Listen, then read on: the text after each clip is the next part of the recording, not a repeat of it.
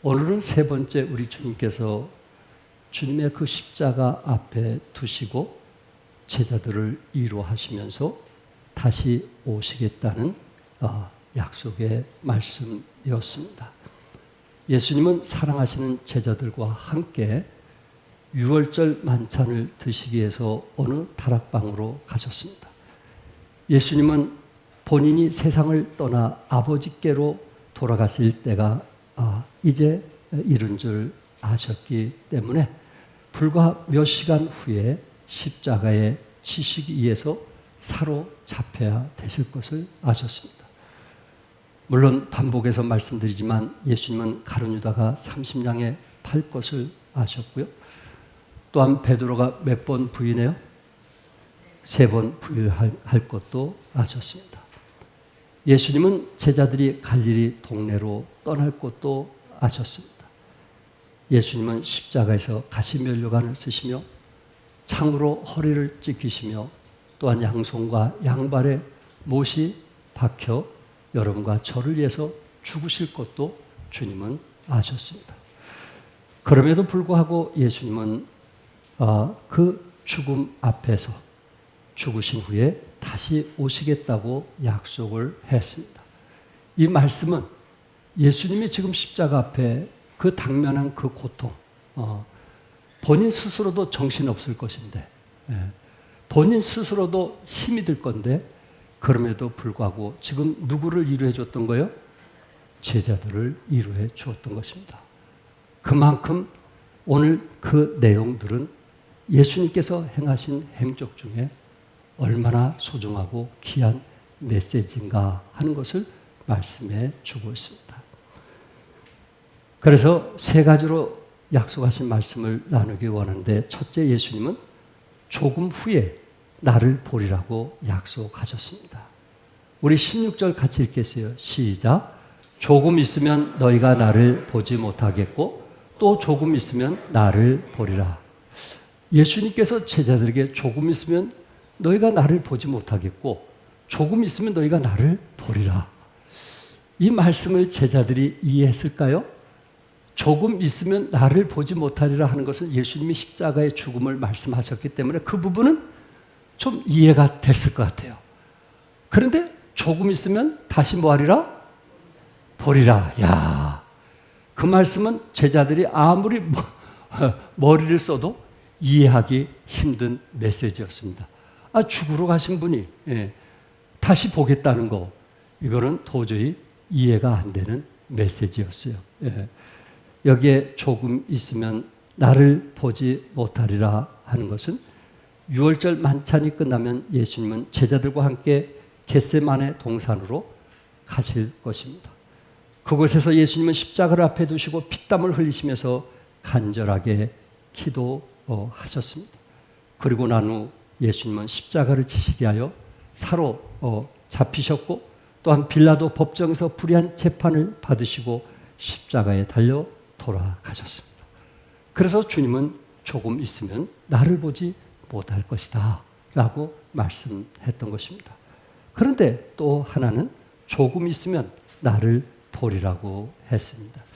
여기 조금 있으면 나를 보리라, 여러분과 저는 지금에 와서는 너무나 잘 알고 있는 메시지 아닙니까? 그러나 여기서 조금 있으면 나를 보리라고 하는 그 요지가 뭐냐?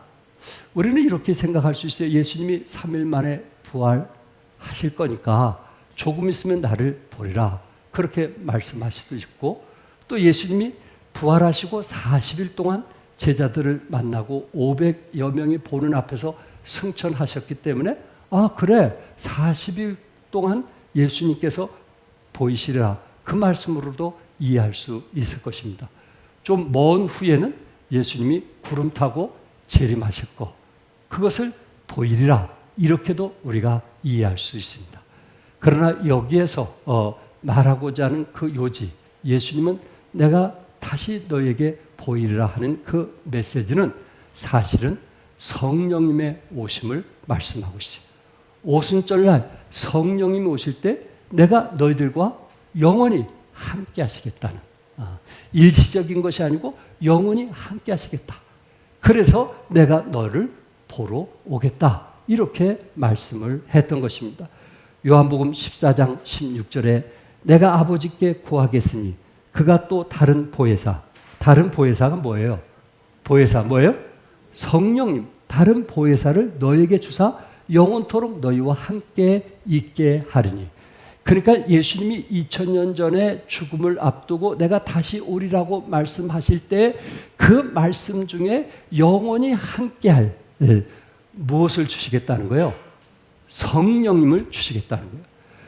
그런데 예수님이 십자가에 달려 돌아가신 후에 이제 50일 후에 우리에게 뭘 보내주시겠다고요? 성령님. 그 성령님이 우리와 함께 하시겠다고 그랬어요. 그러니까 예수 믿고 구원받은 사람은요, 본인 스스로 나 구원받았다 이렇게 말할 수밖에 없어요. 이거 받았는지 안 받은지 그런 신앙이 아니란 말이에요. 분명하고 확신인데, 왜냐하면 그것은 성령님을 우리에게 인치시겠다 이렇게 약속하셨기 때문에 그렇습니다. 이 보혜사라는 말은 파라클레토스라고 해서 청함 받은 자라는 말입니다.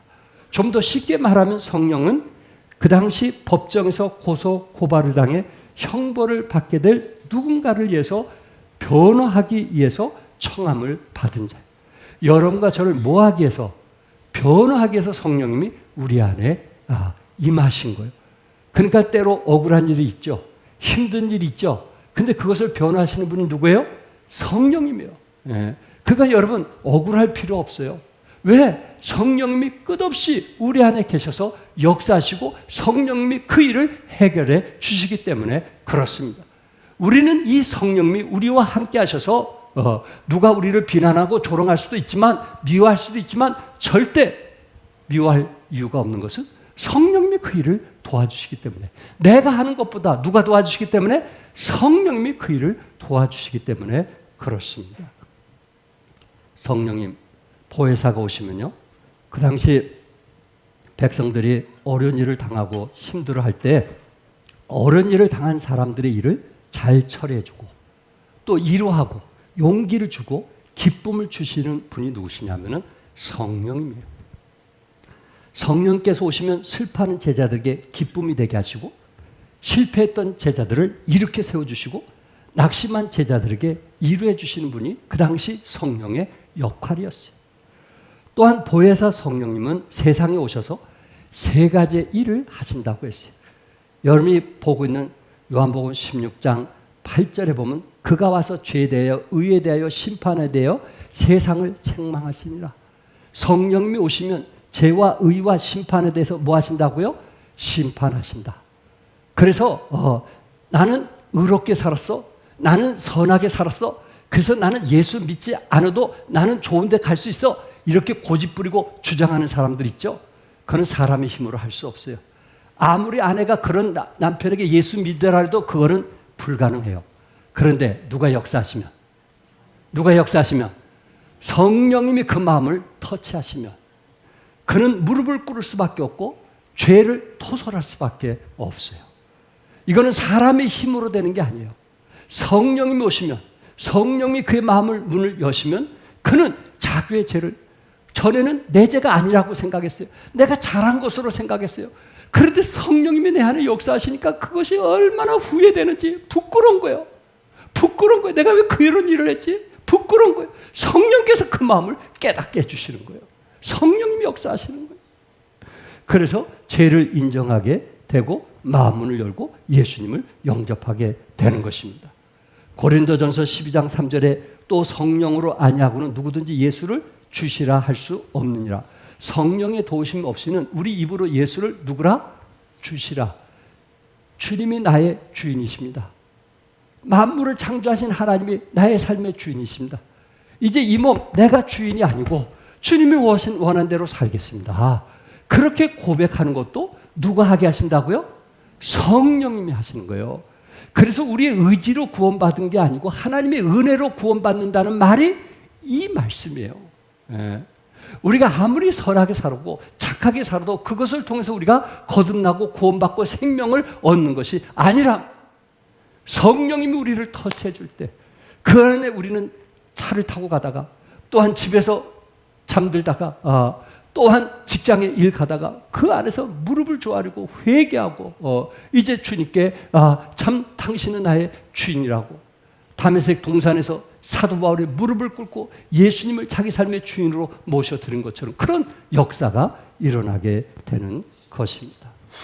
성령님이 하시는 두 가지 여러분과 저를 인도하는 방법이 있는데 물론 우리 성경에 보면 사랑이라는 그 단어가 헬라어로는 네 가지의 의미로서 사용했다는 거 주일 오후에 말씀드렸죠. 이처럼 인도, 성령이 인도하신다는 그 단어가 헬라어로는 두 가지 의미에서 사용되어지고 있습니다. 첫째는 요한복음 16장 13절에 진리의 성령이 오시면 그가 너희를 모든 진리 가운데로 뭐 하신다고 그랬어요? 인도하신다. 여러분과 저를 어디 가운데로 인도하신다고요? 진리 가운데로 인도하신다. 이 호데게세이라는 헬라어 단어는요, 이 진리 가운데 인도하신다는 것은 가이드한다는 거예요. 여행사가 여러분들이 어디 여행 갔을 때 그 지역의 곳곳을 가이드하고 설명을 해주면서 여러분들에게 기쁨을 주는 것처럼 성령께서는 여러분보다 앞서 행하셔서 우리를 인도하시는 거예요. 여러분 이스라엘 백성들이 출애굽할 때 하나님께서 앞서 행하신 하나님 믿으시죠? 우리 하나님은 이미 홍해바다를 먼저 건너셨고 또 우리 하나님은 요단강을 먼저 건너셔서 준비하신 하나님 거 믿으시죠? 그래서 우리는 하나님만 믿고 가면 되는 거예요. 하나님 모든 길을 인도하시는 거예요. 그런 의미에서 오늘 본문에 진리 가운데로 뭐 하신다? 인도하신다라는 단어를 썼어요. 근데 인도라는 단어가 다른 의미에서 쓰게 되는데 로마서 8장 14절에 무릇 하나님의 영으로 인도함을 받는 사람은 하나님의 영으로 인도함을 받은 사람은 곧 누구의 사람이라? 하나님의 아들이라고 그랬어요. 여기에 인도함은 요한복음 16장의 인도함과 헬라어에서는 다르게 썼는데 이 단어는 아곤타이라는 단어를 썼습니다. 이 아곤타이라는 단어가 무슨 말인가? 그것은 여러분과 저를 리더해 나간다는 강권 쪽으로 끌고 간다는 의미가 있습니다. 그러니까 앞에 16장에서 성령 인도와 그리고 로마서 8장에서 하나님의 영으로 인도하는 거하고는 다르다는 거예요. 요한복음 16장에서는 여러분들을 천국까지 가이드해서 진리 가운데 살게 하시지만 로마서 8장에서 인도한다는 말은 여러분들을 강권적으로 여러분들이 격길을 간다든지 하나님이 원치 않는 그런 길을 갈 때 하나님께서 성령께서 여러분을 강권하여 그 길을 가게 하신다는 말씀이에요. 한 예를 든다면은 이제 소돔 고모라가 하나님의 불로 심판받을 것을 말씀하셨거든요. 그래서 불과 유황으로 심판받을 때 하나님께서 롯과 롯의 식구들을 살려주기 위해서 천사를 보냈어요. 근데 결국 롯의 처는 뭐가 됐어요? 뒤를 돌아봄으로 소동 기둥이 되었어요. 그리고 롯과 그의 두 딸도 거기서 머뭇거린 거예요. 그랬을 때 천사들이 그들을 강권하여 그 소돔과 고모라 성을 떠나게 했던 것입니다. 천사들이 끌다시피 강권해서 그들을 소돔 고모라 성에서 멸망해서 멸하지 않도록 도와줬다는 거예요. 그게 바로 성령의 인도하심인 거예요.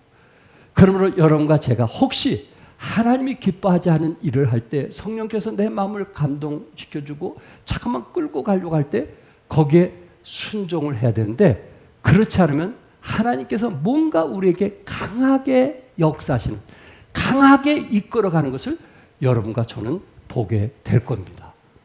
우리는 성령의 인도하심 따라 살아갈 수 있기를 바랍니다. 양심이 꺼리끼는 것도 우리가 안 하려고 하잖아요. 내가 이렇게 들으면 양심이 꺼리끼잖아. 이건 내가 너무한 거 아닌가? 그런 게 있잖아요. 하물며 성령께서 그런 꺼리낌을 주실 때 우리는 더 이상 그 일을 행하지 않을 때 정말 우리는 참된 기쁨을 얻게 되는데 그렇지 않게 됐을 때 신앙생활에도 헛된 신앙생활을 하게 된다라는 말입니다. 성령의 인도를 뿌리치는 일이 지속적으로 이어지면요. 내 안에 계신 성령께서 소멸하게 돼요. 없어진다는 말은 아니에요. 능력이 나타나지 않게 돼요. 그렇기 때문에 성령의 능력을 맛보지 못하고 세상 사람과 똑같이 살게 된다는 거예요.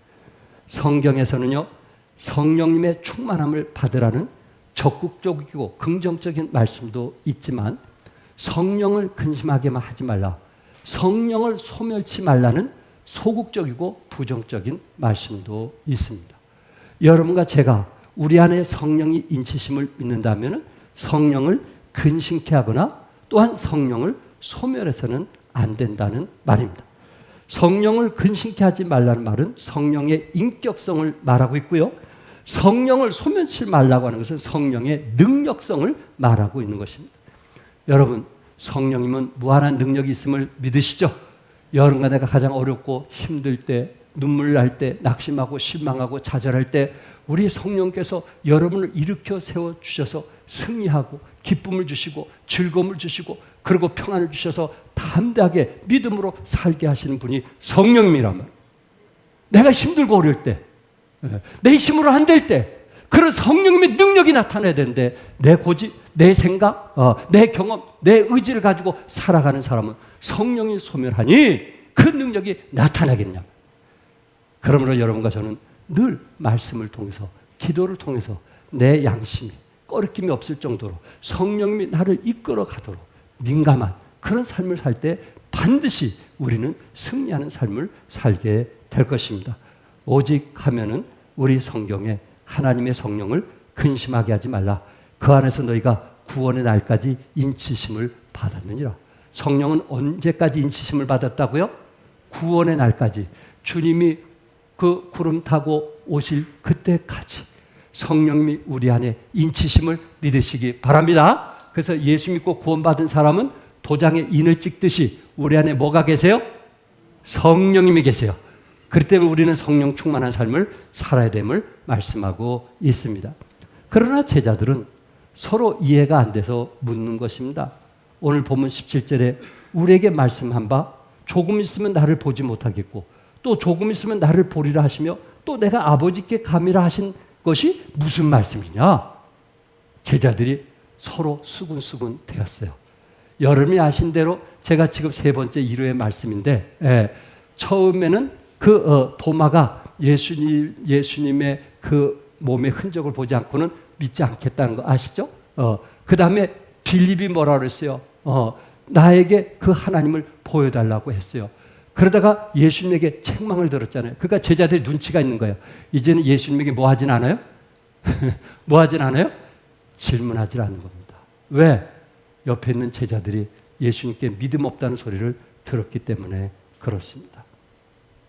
도마처럼 보지 않고는 믿을 수가 없다고 했고 빌립처럼 주여 아버지를 보여 주옵소서. 제자들은 말 실수하면 빌립처럼 나를 본 자는 아버지를 보았거늘 어찌하여 아버지를 보이라느냐 이렇게 책망을 받을까 봐 자기네들끼리 쑥도 했던 것입니다. 그런데 예수님은 조금 있으면 나는 말씀을 하신 의도가 무엇일까요? 예수님은 제자들의 그 슬픔이 잠깐이라는 사실을 보여주기 위한 것입니다. 조금 있으면 내가 부활할 뿐만 아니라 성령님이 임하셔서 너희들과 주님 오실 때까지 함께 하시니 이제 걱정할 필요 없다. 너희들은 미래가 보장돼 있다. 그러니 염려나 걱정하지 말라. 혹시 내가 십자가에 달릴 때 군인들이 와서 너희를 잡아간다 할지라도 너희들을 감옥에 집어넣는다 할지라도 너희들을 화형에 처한다 할지라도 너희들을 직장에 잃게 한다 할지라도 두려워하지 말라. 성령님이 너와 함께 할 것이다 하는 1호의 메시지를 전하고 있는 것입니다. 두 번째 20절과 22절의 말씀인데 우리 22절 같이 읽겠습니다. 다 같이 시작. 지금은 너희가 근심하나 내가 다시 너희를 보리니 너희 마음이 기쁠 것이요 너희 기쁨을 빼앗을 자가 없으리라. 너희가 지금 근심하지만 내가 다시 너희를 보리니 그때는 너희 마음이 기쁠 것이요 너희 기쁨이 빼앗을 자가 없다라고 했습니다. 20절에 내가 진실로 너에게 이르노니 너희는 곡하고 애통하겠으나 지금 내가 십자가에 달림으로 너희들이 곡하고 애통할 수 있지만 이런 일로 세상은 기뻐할 것이다. 대제사장들이 얼마나 좋아하겠느냐, 바리새인들이 얼마나 좋아하겠느냐. 십자가에 그 달리신 예수님, 이 땅에 왕으로 오신 예수님을 십자가에 달려 죽는 그런 상황을 보았으니 그들이 얼마나 기뻐하겠느냐. 그들이 기뻐할 수도 있겠지만 그러면서 다시 너희를 뭐라 했어요? 세상은 기뻐하리라. 너희는 근심하겠으나 너희 근심이 도리어 뭐가 되리라 했어요? 기쁨이 되리라. 너희 근심이 뭐가 되리라? 기쁨이 되리라. 주님이 다시 오시면 너희 근심이 기쁨이 되리라. 이렇게 말씀하고 있어요. 그렇기 때문에 우리 기독교인들, 예수님 믿는 기독교인은요, 우리는 사실 죽음의 기독교인이 아니고 부활의 신앙이거든요. 그러나 그 당시 가장 큰 나라였던 애굽은요, 그들의 종교는요, 죽음의 종교였어요. 여러분이 아신 대로 애굽의 왕들은요, 왕이 될 때부터 몇 년 동안 왕노를 했느냐에 따라서 그들이 원했던 스핑크스나 피라미드가 크기가 달라지는 거예요. 몇 년 동안 왕노를 했느냐에 따라서 그 무덤의 크기가 달라진다는 말입니다. 그러니까 그들은 평생 그 무덤을 위해서 준비하는 종교라면요, 우리 예수님은 십자가에서 죽으셨지만 죽음의 권세를 이기시고 부활하셨기 때문에 어떤 절망과 낙심과 실망에서 우리를 일으켜주신 분이기 때문에 더 이상 근심할 필요가 없다는 것을 말씀하고 있어요. 그 한 예로 사도행전 5장 40절과 42절에 예수님이 십자가에 달려 돌아가시고 부활하시고 나타나시고 그 후에 성령님이 오실 때 어떤 일이 일어났는지 5장 40절과 42절에 그들이 옳게 여겨 사도들을 불러들여 채찍질하며 사도들을 불러들여서 채찍질했어요. 그리고 예수님의 이름으로 말하는 것을 금하고 놓으니 다시는 예수의 이름을 전하지 말라 하고 그들을 감옥에서 풀어줬거든요. 그럴 때 사도들은 그 이름을 위하여 능력받은 일에 합당한 자로 여기심을 기뻐하면서 오히려 자기들이 주님 때문에 고난받은 것을 뭐 했어요? 기뻐했다고 그랬어요. 기뻐하면서 공회 앞을 떠나니라. 그들이 날마다 성전에 있든지 집에 있든지 예수는 그리스도라고 가르치기와 전도하기를 뭐하지 아니하니라? 그치지 아니하니라. 그러니까 로마의 군인들이 아무리 핍박하고 화형에 처하고 감옥에 가두고 그들을 직장 잃게 한다 할지라도 성령님께서 함께하는 것을 막을 수가 있었어요? 없었어요? 막을 수가 없었어요. 여러분이 잘 아시는 대로 12제자가 있었잖아요. 12제자 중에 11제자는 각 나라에 흩어지면서 모두 다 순교를 했어요. 그런데 그들은 순교를 기쁨으로 했거든요. 근데 순교하지 않은 한 사도가 있어요. 그분은 누구였어요? 혹시 아나요? 예, 사랑에 대한 얘기를 제일 잘 기록한 사도 요한이었어요. 예수님 옆에서 제일 많이 주님을 바라봤던 사도 요한.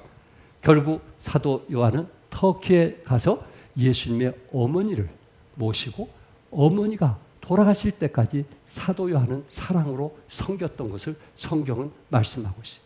그러니까 사도 요한은 특별히 하나님의 쓰시고자 했기 때문에 순교하지 않았지만 다른 사도들은 정말 성령님이 임하실 때 기쁨으로 나가서 복음을 전하다가 죽음을 두려워하지 않았던 놀라운 역사가 일어나게 된 것입니다. 그래서 이 예수 믿고 구원받은 사람, 주님이 다시 올 때 너희들이 지금 근심하나 그러나 너희들이 기뻐할 것이다 라는 것을 뭘로 비유했는지 아세요? 예수님께서 너희들이 이제 기뻐할 것이다 그 비유를 뭘로 한지 아세요? 우리 어머니들 잘 들으세요. 21절에 여자가 해산하게 되면 그때가 이르렀으므로 근심하나 아기를 낳으면 세상의 사람 난 기쁨으로 말미암아 그 고통을 다시 기억하지 아니하느니라. 어머니에 대해서 비유를 했단 말이에요. 어머니가 10개월 동안 자식을 임신하고 낳을 때 그 몸이 찢어지면서 온 피를 쏟는 거 이거 저는 제 아내를 이해한다 할지라도 다 이해하지는 못할 것 같아요. 그 아픔을. 자식들에서 생명을 걸고 목숨을 걸고 자식을 낳은 거 아니겠어요? 그런데 그런 어머니에게 둘도 낳을 수도 있고 셋도 낳을 수 있고 우리에게 넷을 낳은 엄마도 있는데 그분에게 찾아가서 가장 행복할 때가 언제입니까? 라고 물으면 대부분 어머니는 누구 낳을 때? 자식 낳을 때가 가장 행복했다는 거예요. 세상에. 자식이 출산할 때 가장 행복했다는 거예요. 가장 고통스럽고 힘들면서도 내 몸을 통해서 내 자식이 태어났다는 그 사실이 가장 행복했다. 이게 어머니의 마음 아닌가요? 이처럼 사도들이 그 많은 고통과 역경과 시련을 감당할 수 있었던 것은 성령님이 나와 함께 하신 그 기쁨이 있었기 때문에, 그 행복이 있었기 때문에 오히려 그는 원웨이, 주님을 위해서 한 방향으로, 한 길을 향해서 끝까지 갈 수가 있었던 것입니다. 누가 함께 하시니까? 성령이 함께 하심을 체험했기 때문에 그렇습니다. 조금 있으면 다시금 예수님을 배우게 될 것이라는 그 말씀을 예수님에게서 듣게 되었을 때 저들의 가슴은 얼마나 뜨거웠을까 하는 것을 말씀하고 있습니다. 끝으로 세 번째, 예수님은 구하면 주시겠다고 약속했어요. 우리 16장 23절 다 같이 한번 읽겠어요. 시작. 그날에는 너희가 아무것도 내게 묻지 아니하리라. 내가 진실로 진실로 너희에게 이르노니 너희가 무엇이든지 아버지께 구하는 것을 내 이름으로 주시리라. 16장에 무엇이든지 아버지께 구하는 것을 누구 이름으로 주시리라? 누구 이름으로? 내 이름으로 주시리라. 지금 여러분 혹시 내 이름 걸고 약속합니다 라고 해본 적 있어요? 돈 빌렸을 때든지 어디 빵집에 가서 아유 지갑이 없어가지고 빵 하나만 주세요, 제 아이들 주려고 하는데 내 이름을 걸고 약속합니다, 그래 본 적 있어요? 그건 틀림없는 약속이거든요. 우리 예수님께서 지금 사랑하는 제자들에게 다시 올 것을 약속하시면서 우리 주님이 성령님을 보내주시면 내 이름으로 분명히 너에게 약속하니 네가 무엇을 구하든지 내가 시행하겠다 하는 약속을 하는 거예요. 근데 이 약속을요, 오늘 16장에 있는 말씀인데 14장에, 지난번 이 말씀을 같이 나눌 때도 14장에 내 이름으로 무엇이든지 내게 구하라 그리하면 내가 행하리라, 개역 한글에서는 시행하리라, 이렇게 요한복음 14장 13절과 14절에 말씀하고 있단 말이에요. 지금 예수님이 14장에서도 16장에서도 내 이름을 걸고 제자들에게 약속하니 네가 무엇을 구하든지 내가 너희가 구한 것을 뭐하리라? 시행하리. 믿으시면 아멘 하세요. 아니 믿으시면 아멘 하세요. 이 말씀을 듣고도 기도하지 않으면 그거 어쩔 수 없죠. 근데 우리 주님께서 가장 두려워하고 염려하고 불안하고 낙심하고 실망한 그 제자들에게 약속하신 거예요.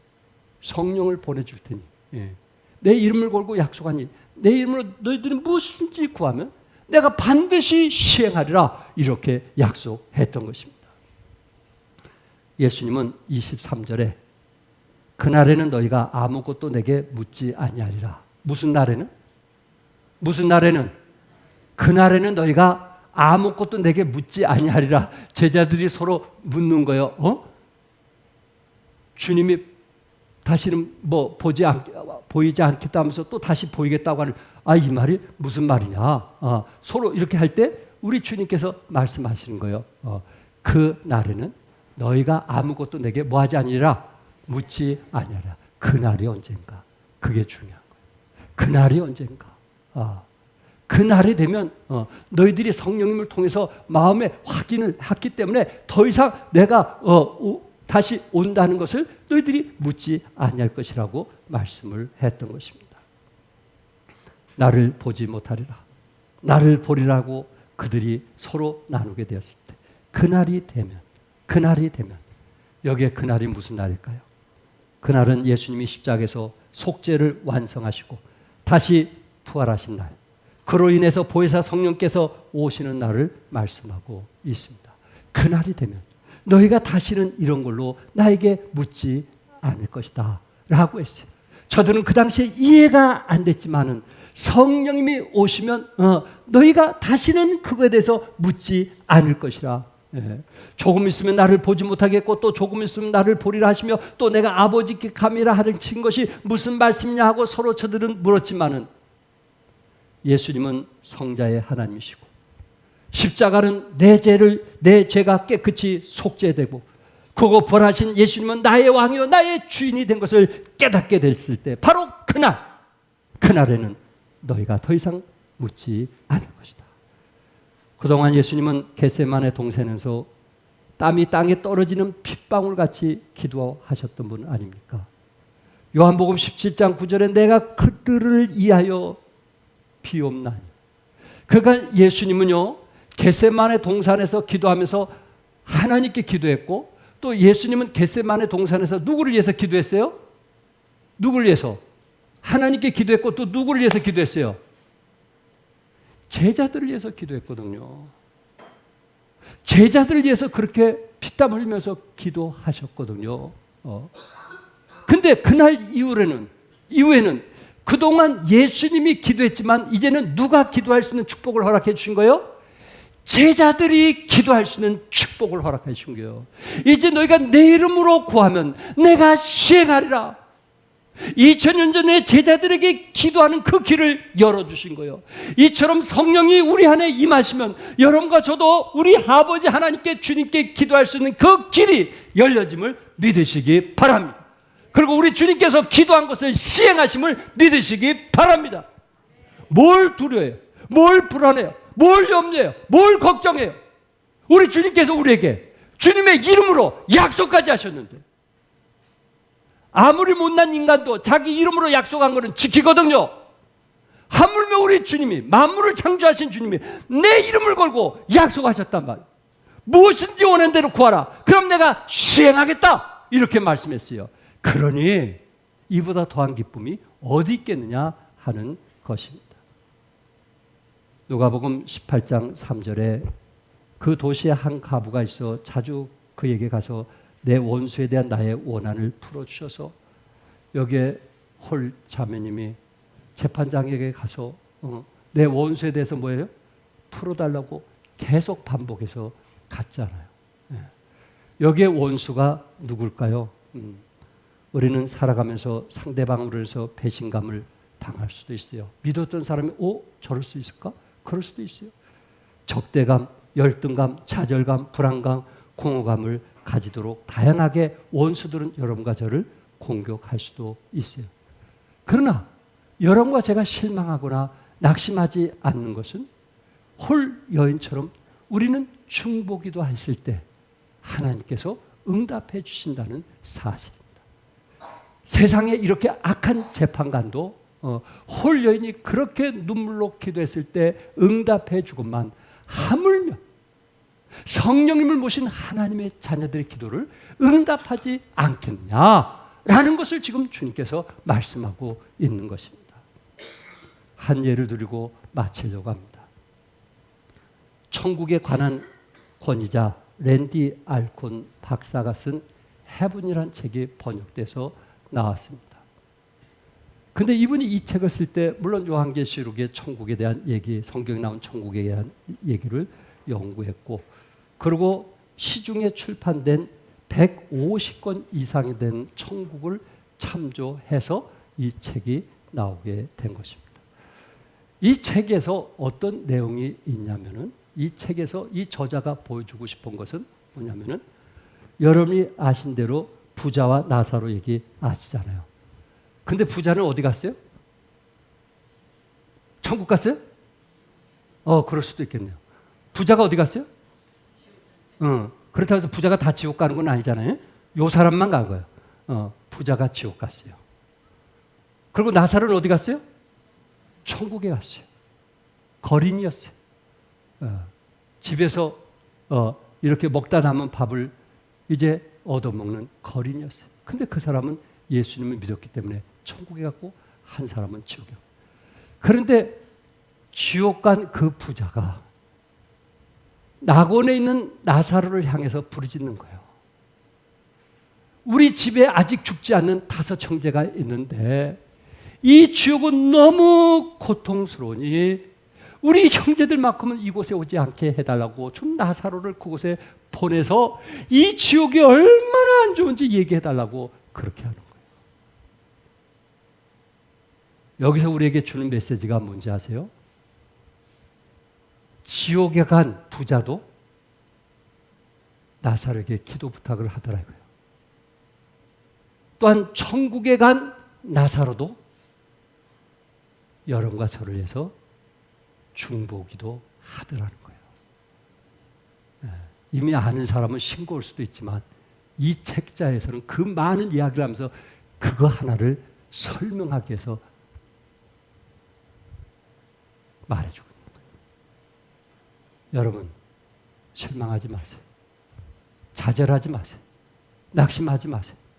이미 천국에 가신 여러분의 부모님이나 할아버지나 할머니가 우리를 위해서 24시간 끊임없이 중보기도 하고 있다는 사실을 믿으시기 바랍니다. 이보다 더한 축복이 어디 있어요? 우리 종안교에서 먼저 가신 분들이 종안교회를 위해서 기도하고 있다는 이 사실이 이보다 더 귀하고 소중한 것이 어딨냔 말이에요. 그러니까 우리는 믿음으로 살아야 되지 않겠어요?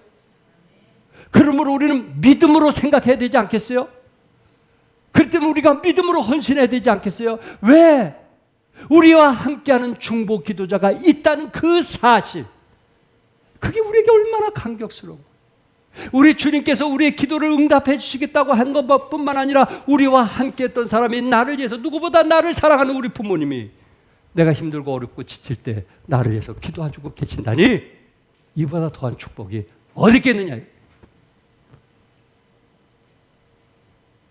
본문에 구하면 내 이름으로 주시겠다고 약속했고, 또한 요한복음 14장에서 내 이름으로 무엇이든지 내게 구하라, 내가 행하리라, 또한 시행하리라, 이렇게 말씀했어요. 오늘 본문의 예수님은 죽음 앞에 제자들을 위로하시기 위해서 조금 후에 다시 오시겠다고 약속했고, 또한 성령님을 통해서 주신 기쁨을 빼앗을 자가 없다고 했고, 또 세 번째, 구하면 뭐 하겠다고요? 주시겠다. 그 위로의 메시지가 제자들에게 대한 메시지로 국한되지 마시고 그 메시지가 여러분과 저에게 주신 메시지로 받아들여서 여러분 마음에 기쁨이 충만하시기를 주님의 이름으로 축복합니다. 기도하겠습니다.